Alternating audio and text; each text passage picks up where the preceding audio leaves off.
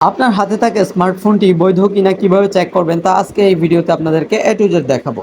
তো প্রথমেই আপনারা চলে আসবেন আপনাদের ফোনে থাকা ডায়াল প্যাডে। ডায়াল প্যাডে আসার পর এখানে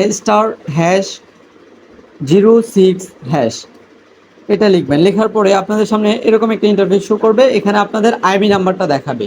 তো এখানে আইএমইআই নাম্বার ২টা আইএমইআই নাম্বার দেখাবে। তো ২টা আইএমইআই নাম্বার দেখাবে, আপনি যেকোনো একটা আইএমইআই নাম্বার কপি করে নেবেন অথবা এখান থেকে একটা স্ক্রিনশট নিয়ে নেবেন।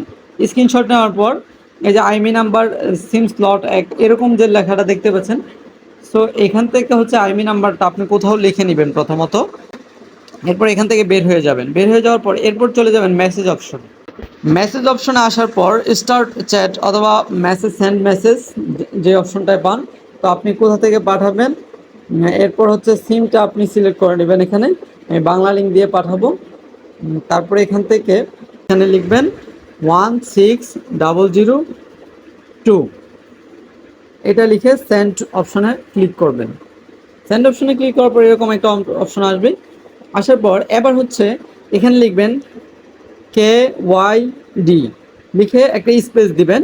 দেওয়ার পর এখানে আপনি যে আইএমইআই নাম্বারটা কপি করেছিলেন বা কোথাও লিখেছিলেন সেই আইএমইআই নাম্বারটা এখানে সম্পূর্ণভাবে বসিয়ে দিবেন।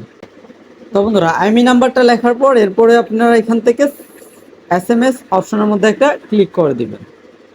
এখন মেসেজটা আমি পাঠিয়ে দিয়েছি। এরপর রিমেম্বার মেসেজ, এরপরে অ্যালাউ করে দিব। এই দেখতে পাচ্ছেন একটা মেসেজ কিন্তু অলরেডি চলে এসেছে, ডিভাইসটি আইএমইআই বিআরটিসি ডাটাবেস পাওয়া গেছে। অর্থাৎ আমার এই ফোনটা কিন্তু বৈধ একটা ফোন। সো আপনারাও কিন্তু এভাবে চেক করে নিতে পারবেন আপনার স্মার্টফোনটি কি বৈধ কিনা। এর পরবর্তীতে আমি আরও এরকম ডেডিকেটেড ভিডিও নিয়ে চলে আসবো।